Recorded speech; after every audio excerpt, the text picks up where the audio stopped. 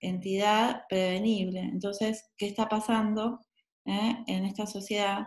Que como formadores de salud en los niños, tenemos que tomar decisiones ya inmediatas para tratar de que esto, detenerlo de alguna manera, porque para el año 2030 se estima de que 7 cada 10 muertes en el mundo serán por enfermedades crónicas no transmisibles, las cuales principalmente están representadas por el síndrome metabólico, la diabetes, la hipertensión arterial y la enfermedad cardiovascular como causas más importantes de mortalidad en el mundo.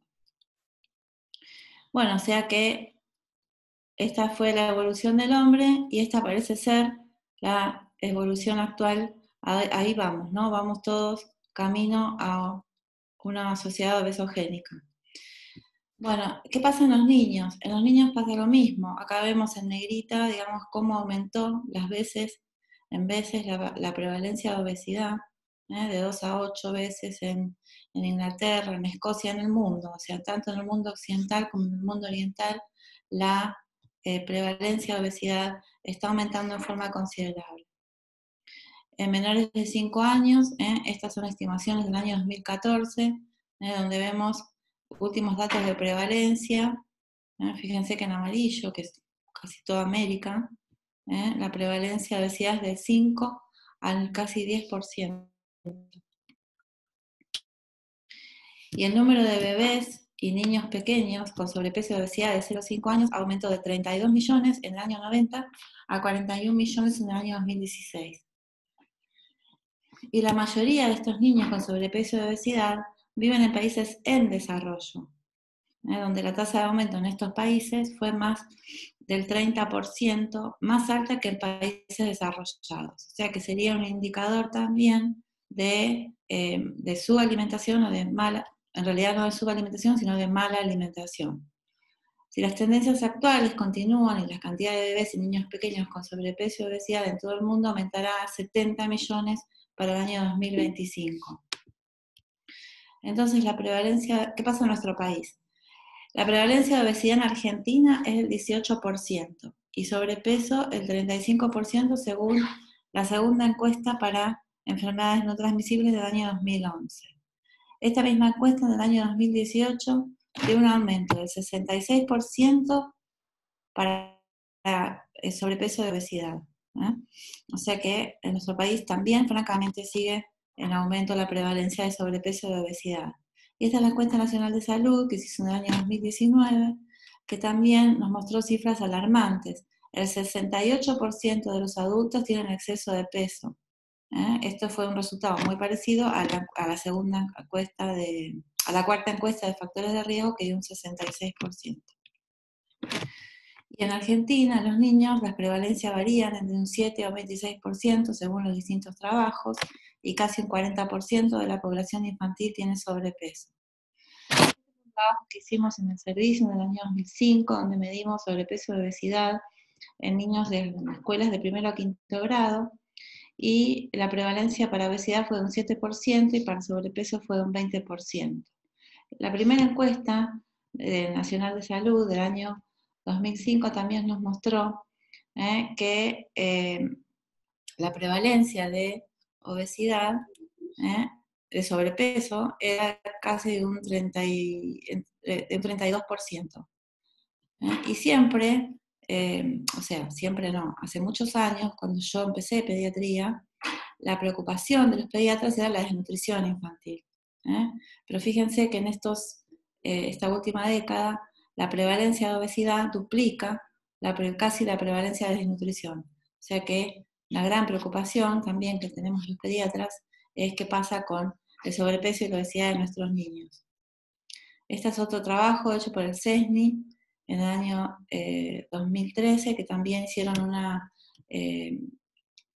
encuestas en todo el país y midieron niños en 13 provincias, fueron casi 120.000 niños, y la prevalencia de sobrepeso y de obesidad fue en general de un 32%, con un aumento especialmente en la edad escolar. Esta es la encuesta realizada por el Ministerio de la Nación, que se hizo o sea, ellos vieron la evolución de la obesidad y sobrepeso hasta el año 2016, y fíjense que la malnutrición por carencia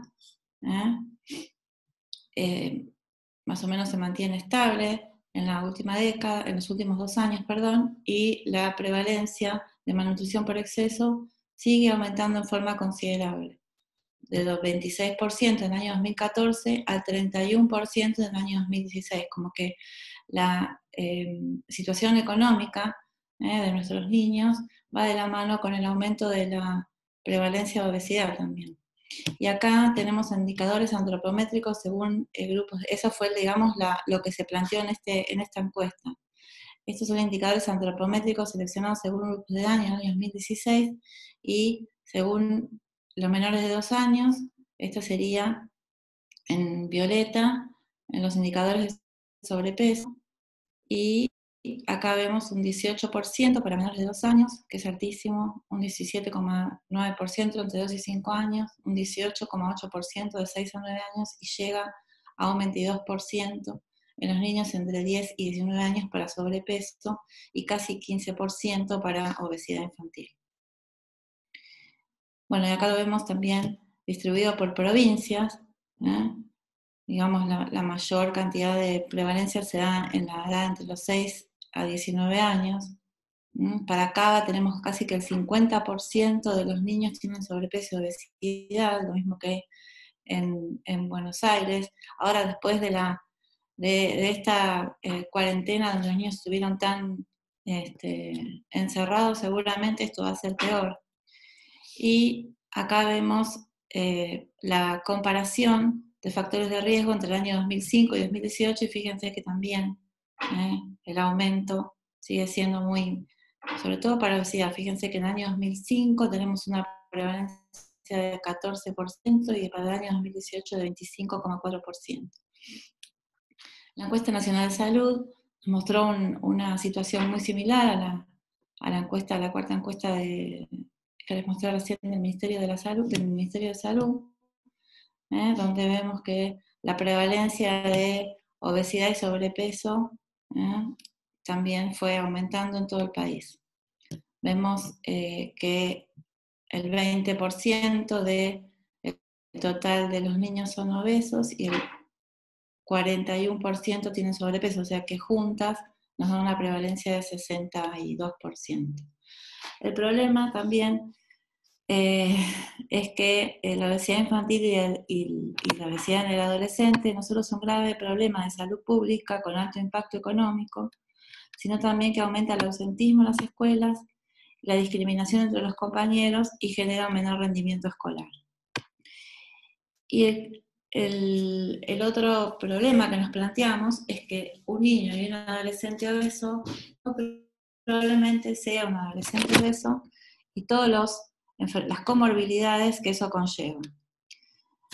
Bueno, entonces, en el año 97, la Organización Mundial de la Salud definió la obesidad como una enfermedad caracterizada por el aumento de la grasa corporal, y no solamente nos interesa el aumento de peso, o sea, el aumento de la grasa corporal, sino también la distribución de esa grasa, porque tanto la distribución y la magnitud es lo que va con, no solamente la cantidad de grasa, o sea, la magnitud, sino también cómo esa grasa se va a distribuir.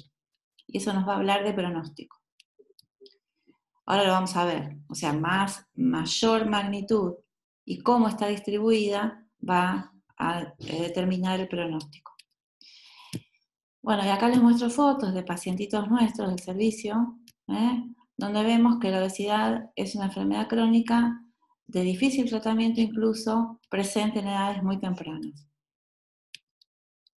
Siempre tenemos que pensar, si bien la gran mayoría de las causas de obesidad es multifactorial, siempre tenemos que descartar etiologías determinadas, que es el 1 al 3%, y como causas endocrinológicas, pensar en Cushing e hipotiroidismo, pensar en síndrome de Moriac, que es una complicación de una diabetes mal controlada, el hiperinsulinismo, enfermedades hipotalámicas, los tumores del sistema nervioso central, que explican muchas veces las obesidades centrales, los tumores, las infecciones, las cirugías del sistema nervioso central, que explican estas enfermedades, obesidades centrales, y los síndromes genéticos que pueden dar origen a obesidad. Acá tenemos algunos ejemplos, y dentro de los medicamentos, los corticoides en tratamiento prolongado y a altas dosis puede desarrollar obesidad. Bueno, ¿cuáles son los periodos críticos para el desarrollo de obesidad? Sabemos que existen 3 periodos en la vida de un niño críticos para que expliquen, digamos, el mayor riesgo de obesidad futura. El periodo perinatal es uno de ellos, el rebote adipositario y la adolescencia. Ahora les voy a explicar un poquito de cada uno de estos periodos. En el periodo perinatal sabemos que la exposición en útero, tanto a como sobrealimentación, puede favorecer el desarrollo de obesidad. El bajo peso del nacimiento puede condicionar un genotipo errador. Y esto está basado en la hipótesis de Barker, que es una hipótesis que se desarrolló hace ya más de 20 años, y él nos dijo que alteraciones en el estado nutricional y hormonal fetal resultan en adaptaciones del desarrollo que cambian en forma permanente la estructura fisiológica y el metabolismo, predisponiendo a los individuos a enfermedades crónicas en la adultez. Entonces, esta hipótesis dice que la desnutrición materna, o sea, la desnutrición de la madre en el embarazo, conllevando una desnutrición fetal, y a restricciones de micronutrientes de la dieta, a través de mecanismos epigenéticos, alteraciones de los factores de transcripción, niveles aumentados de catecolaminas y glucocorticoides, y disminución de la actividad del factor de crecimiento insulinosímil y sus receptores, determinarían el bajo peso al nacer, alteraciones en el crecimiento y maduración de vasos sanguíneos, riñón y corazón,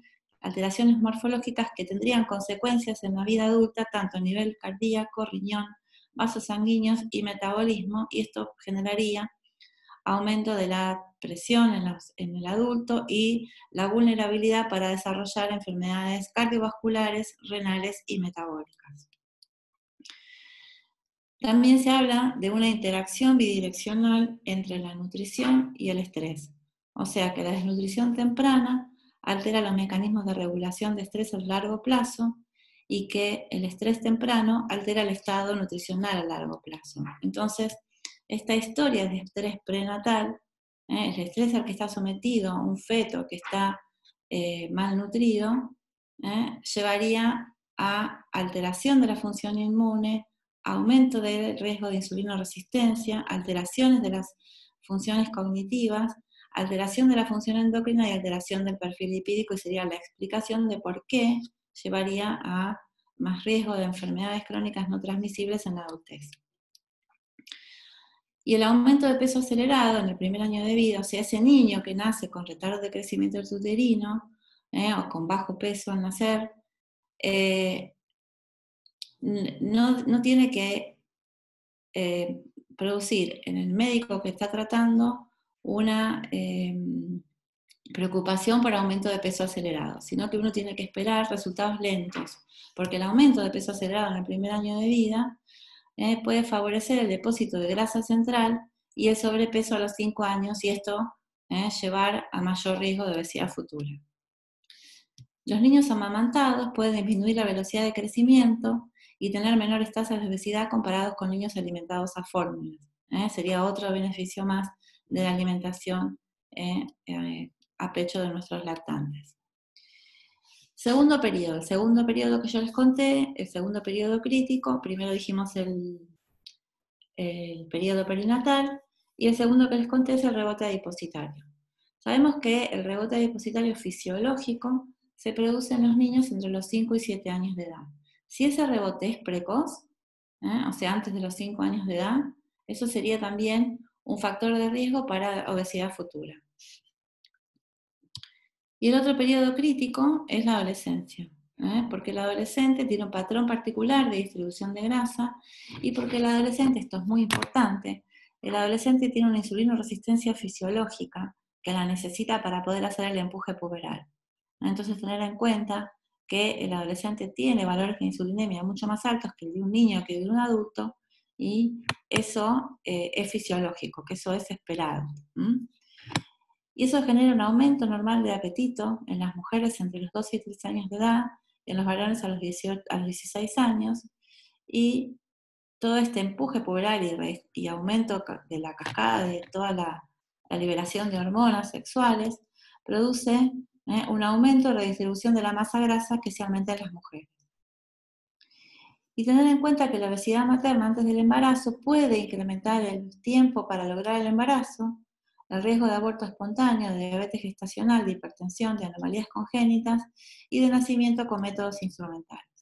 Entonces también tenemos que trabajar con una mujer que está planeando un embarazo para evitar la obesidad en el periodo perinatal. Bueno, este sería, no sé qué pasó, un registro alimentario que se me... Este es un registro alimentario, ahora les voy a mostrar uno que se va a ver mejor, de un nene de Luis, de un nene de 9 años de edad.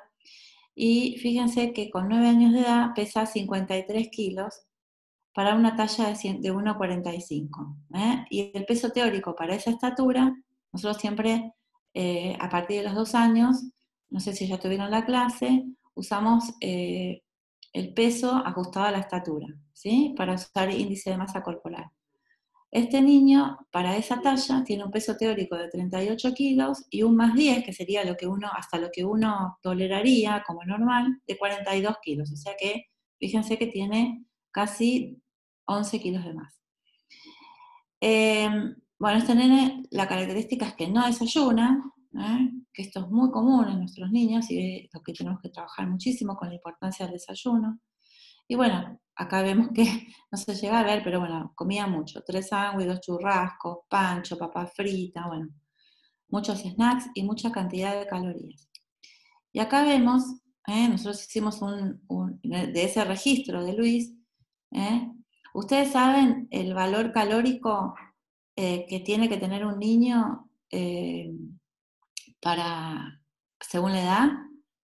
¿Lo vieron eso? No. No, no lo vimos.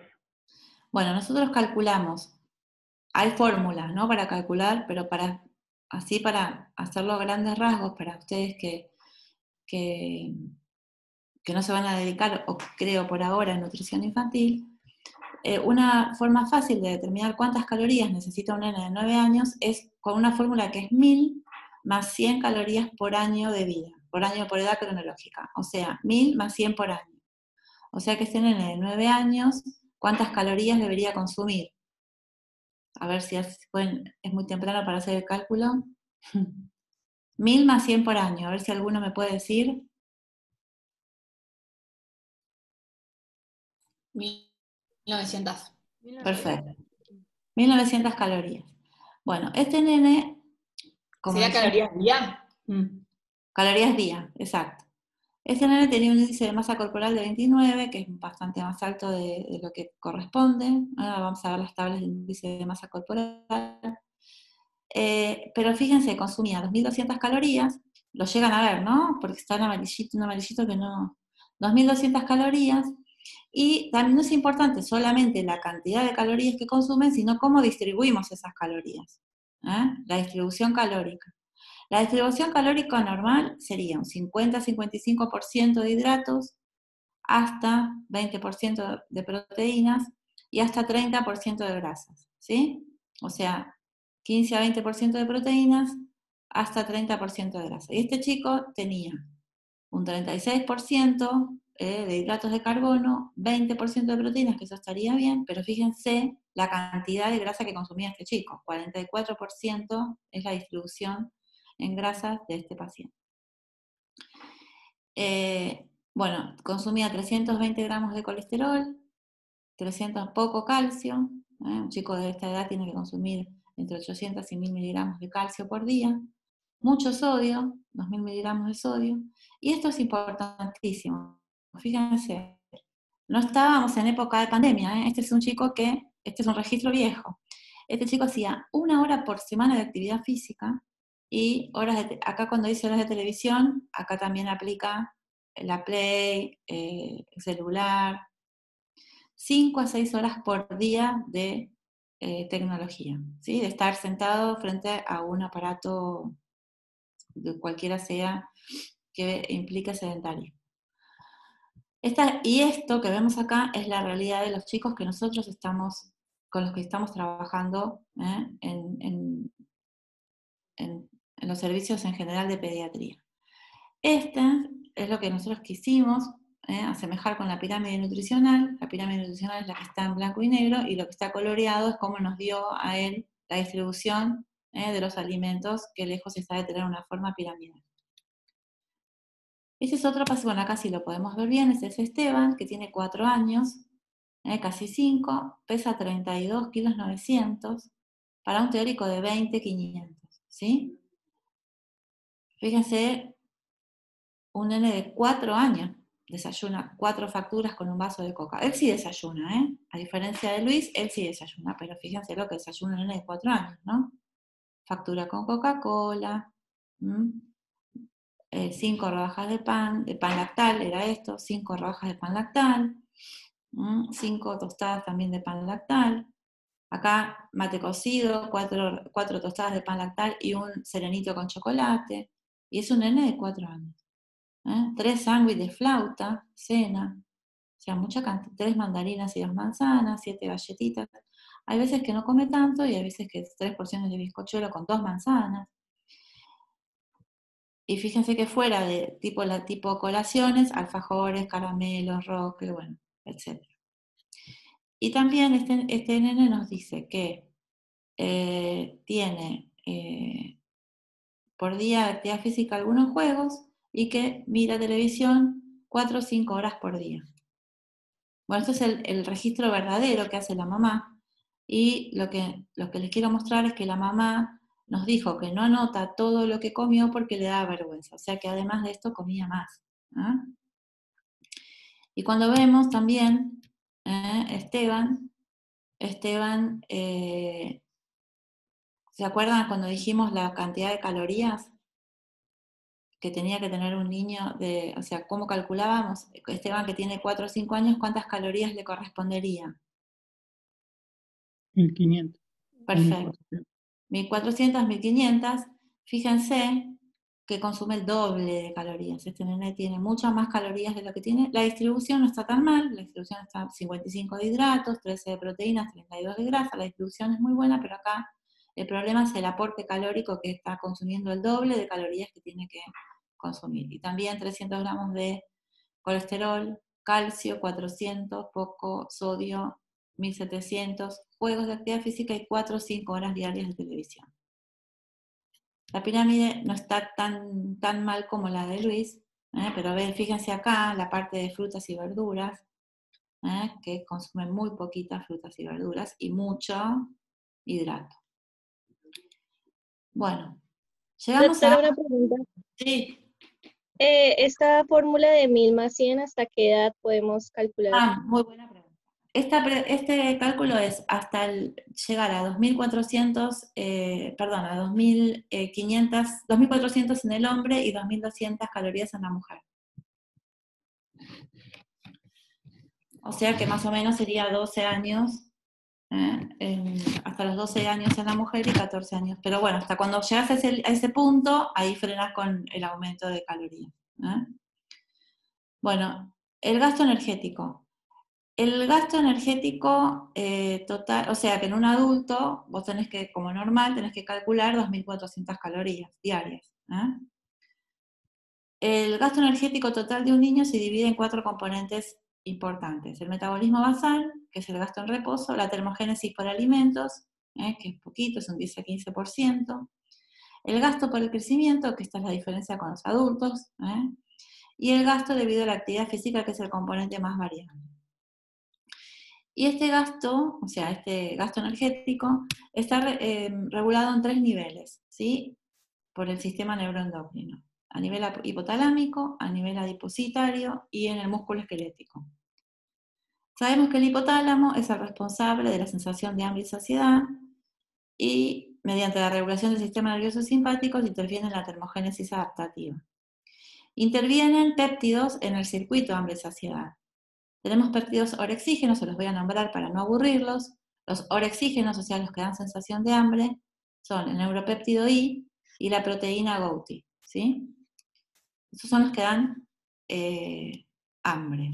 Y los que dan saciedad, los péptidos anorexígenos, son la propia melanocortina, o más por ahí la van a leer como POM, y la CART, que es la transcriptasa relacionada con cocaína anfetamina. Estos son péptidos que interactúan a nivel hipotalámico produciendo sensación de hambre o saciedad según cuál sea estimulado. Y después hay péptidos secretados en la vía digestiva, la grelina, que es una hormona sintetizada en el tubo digestivo, principalmente en el fundus gástrico. Es importante porque en esto se basó también la cirugía, la habrán escuchado, la cirugía metabólica o la IDRUX, que se usa para obesidades mórbidas, que sería la operación que se está haciendo, el tratamiento que se está haciendo en obesos mórbidos, que uno de los objetivos de esa cirugía es saltear el fundus gástrico, porque la grelina es una hormona que es muy orexígena.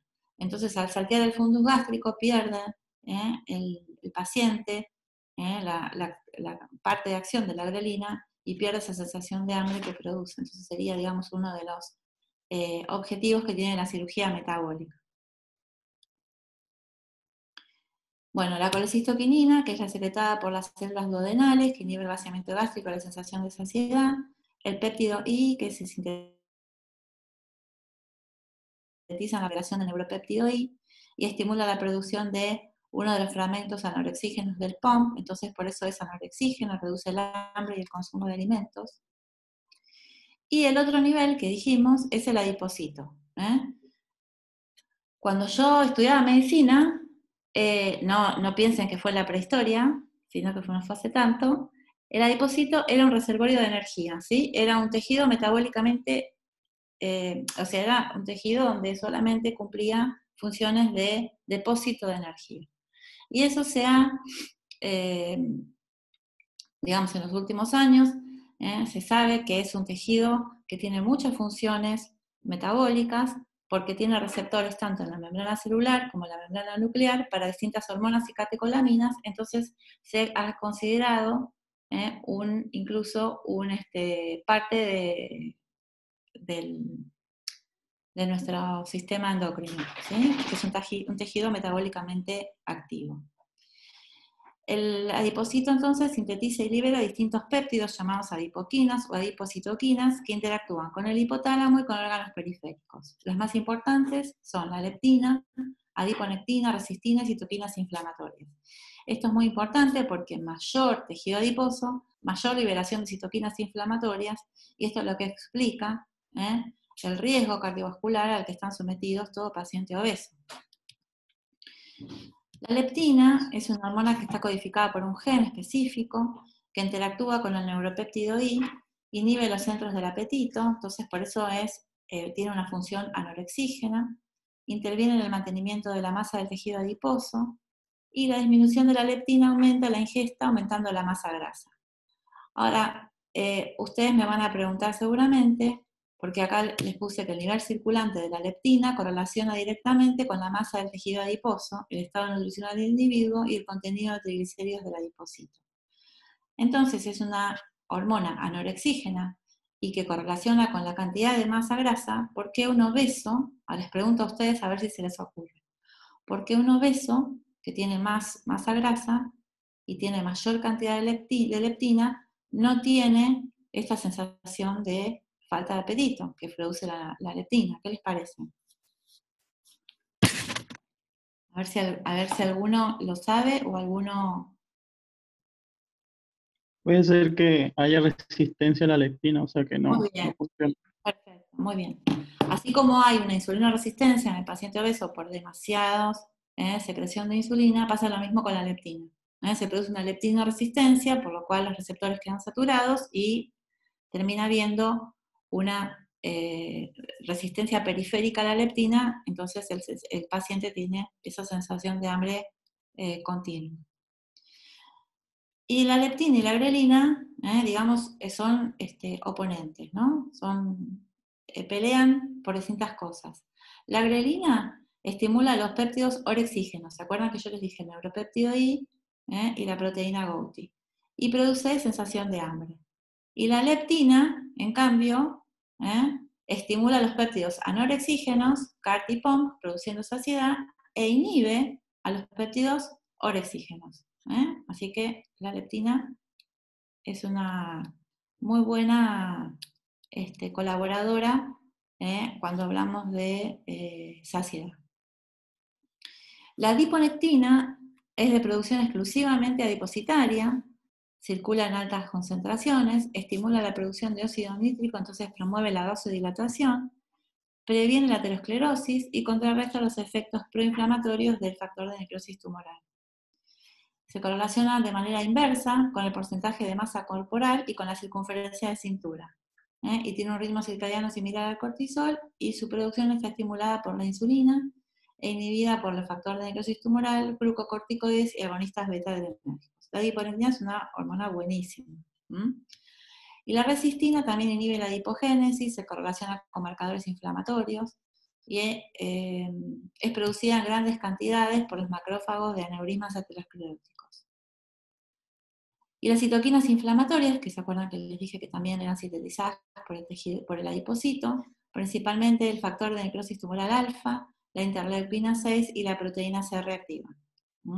Nosotros tratamos de medirlas en los pacientes obesas, lo que sí estamos usando en nuestro hospital es la proteína C reactiva. Hay algunas enfermedades, hay algunas obesidades, si bien vieron que yo les dije que la obesidad era de origen poligénico y que existían algunas etiologías específicas, hay algunas enfermedades que son de origen genético, que son monogénicas y que se producen por mutaciones de ciertos genes específicos, ¿sí? Estas obesidades son rarísimas, pero explican obesidades mórbidas de algunos niños muy chiquitos. Una es la mutación del gen de leptina, la mutación del gen del receptor de leptina, la mutación del receptor de melanocortina y del gen de la propia melanocortina. Mutaciones de estos genes son muy raras, no se hace el diagnóstico en nuestro país, sino que nosotros tenemos que enviar muestras. Nosotros tuvimos un paciente que tuvo una mutación del receptor de melanocortina, se envían muestras a un laboratorio que trabaja muy bien en Londres y él nos hizo el diagnóstico. Pero lo que tiene de bueno es que si tiene una mutación del gen de leptina, del receptor de leptina, tienen tratamiento, se usa leptina recombinante humana, que es una hormona que se coloca en forma subcutánea, y los chicos revierten la obesidad en forma muy significativa. Porque al no tener leptina, tienen esa sensación de hambre voraz, y cuando uno les empieza a aplicar leptina subcutánea, más la dieta, el nene inmediatamente deja de sentir ese hambre voraz, empieza a bajar de peso. Bueno, ¿qué vamos a tener en cuenta cuando evaluamos un paciente obeso o con sobrepeso? Es sencillo evaluarlo, porque con pocas medidas antropométricas podemos determinar la magnitud y distribución del tejido adiposo. ¿Se acuerdan que yo les dije que no solamente nos interesaba la magnitud, sino también la distribución? Para magnitud vamos a usar peso y talla, y vamos a adecuar el peso a la talla. Y para distribución, la circunferencia de cintura. Peso y talla nos va a servir para índice de masa corporal, que es el indicador más aceptado para evaluar obesidad, tanto en el ámbito clínico como en el ámbito epidemiológico. Sabemos que índice de masa corporal se determina peso sobre talla al cuadrado medido en metros, ¿no? Y sabemos que el índice de masa corporal es un indicador excelente porque correlaciona con la grasa corporal medida por pliegues y con la presencia de comorbilidades de la obesidad como hipertensión